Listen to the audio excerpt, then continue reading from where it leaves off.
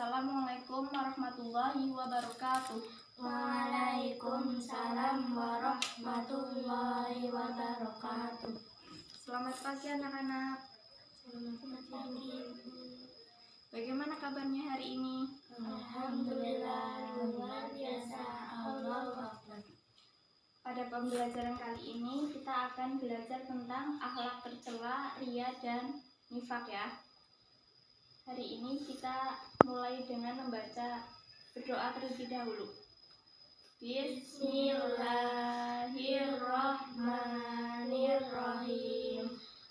Raditu billahi robba wa bil islami dina wa bi Muhammadin nabiyyan wa rasula. Rabbi zidni ilma warzuqni fahma. Amin ya rabbal alamin. Ibu absen dulu ya. Mbak Novi Hadirah. Mbak Uhti Hadirah. Mbak Fira, Hadirah. Mbak Puput nggak berangkat ya? Berarti yang absen Mbak Puput aja ya. Baik, kita mulai langsung saja ya. Kita mulai akhlak tercela, riya dan nifak.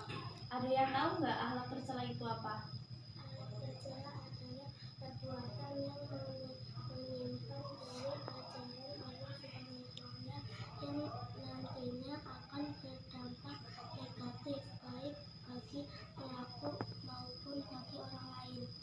Ya, benar.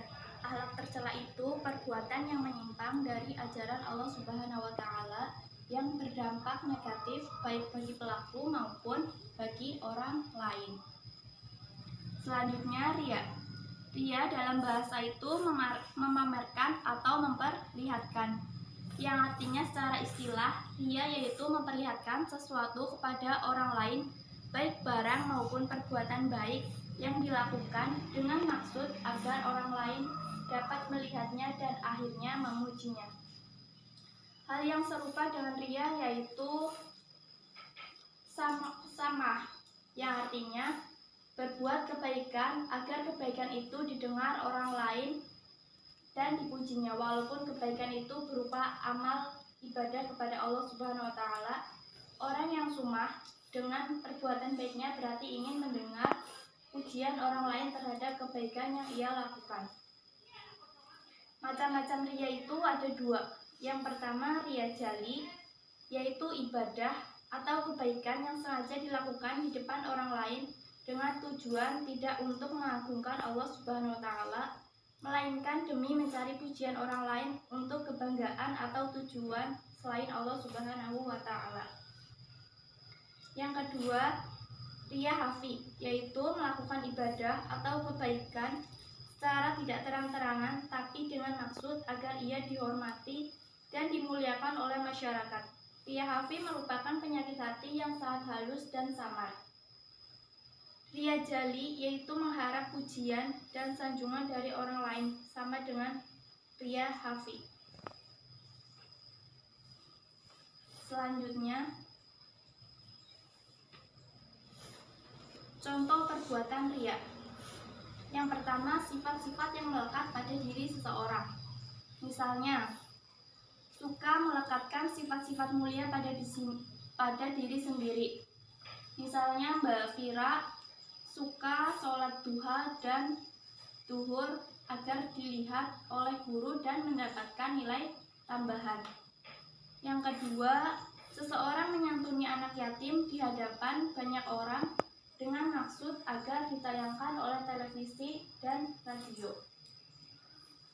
Selanjutnya, adapun akibat dari riya yang antara lain, yang pertama menghapus pahala amal baik, yang kedua mendapat dosa besar karena riya termasuk perbuatan syirik kecil, dan yang ketiga tidak selamat dari bahaya kekafiran karena riya dekat hubungannya dengan sikap kafir. Perilaku menghindari riya. Yang pertama, melatih diri untuk beramal secara ikhlas walaupun sebesar apapun yang dilakukan.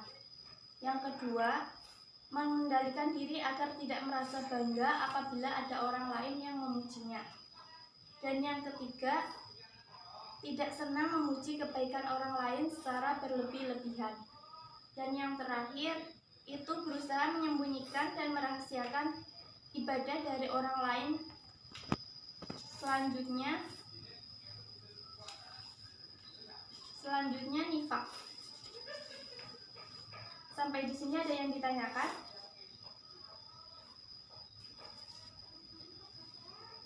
Sudah paham semuanya?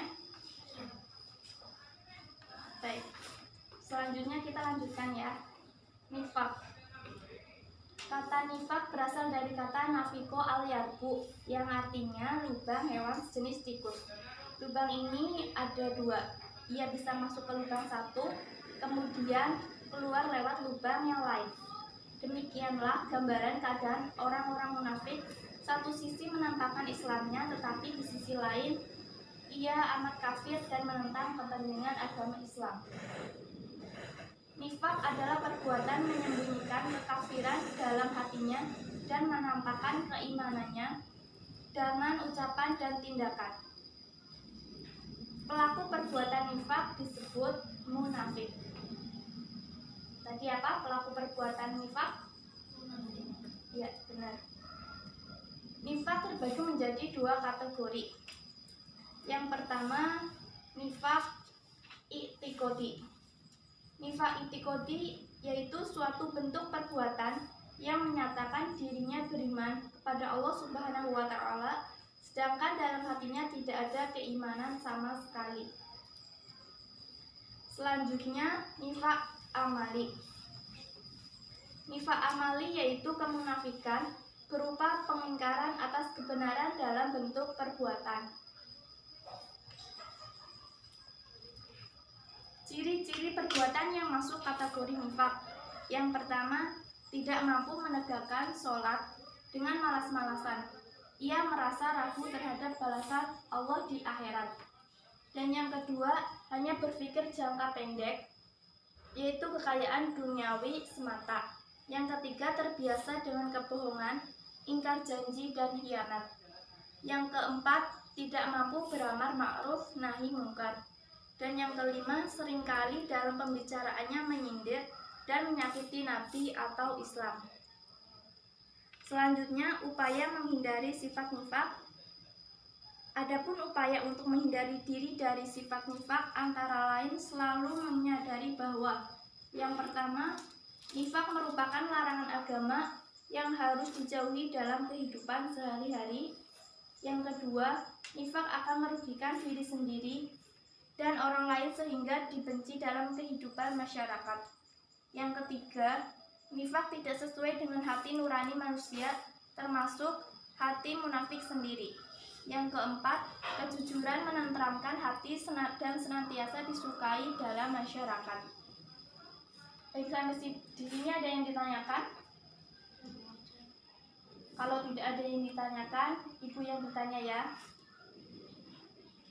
Coba tadi siapa pelaku nifak? Pelaku nifak disebut apa tadi? Ya, benar. Kalau ria tadi apa? Dia adalah memperlihatkan sesuatu kepada orang lain baik barang maupun perbuatan baik yang dilakukan dengan maksud agar orang lain dapat melihatnya dan akhirnya memujinya. Ya. Kalau akhlak tercela tadi apa ya? Akhlak tercela adalah perbuatan yang menyimpang dari ajaran Allah Subhanahu wa Ta'ala yang nantinya akan berdampak negatif baik bagi pelaku maupun bagi orang lain. Ya, benar sekali. Semoga kita selalu dijauhkan dari sifat-sifat tercela.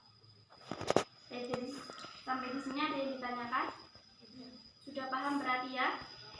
Biar lebih paham lagi, ibu kasih tugas ya. Kalian besok kerjakan halaman LKS halaman 75 ya. Jangan lupa ya dikerjakan ya. Baik, sampai di sini semoga pembelajaran pada kali ini dapat bermanfaat bagi kita kita semua. Amin ya robbal alamin. Baik, kita tutup dengan berdoa bersama. Bismillahirrahmanirrahim. Wal 'asri innal insana lafi khusrin illa amanu wa 'amilus solihati wa tawassaw bil haqqi wa tawassaw bis sabri. Allahumma arinal haqqa haqqan warzuqna ittiba'ah wa arinal batila batilan warzuqna ijtinabah. Amin ya rabbal alamin. Langsung pulang ke rumah masing-masing ya.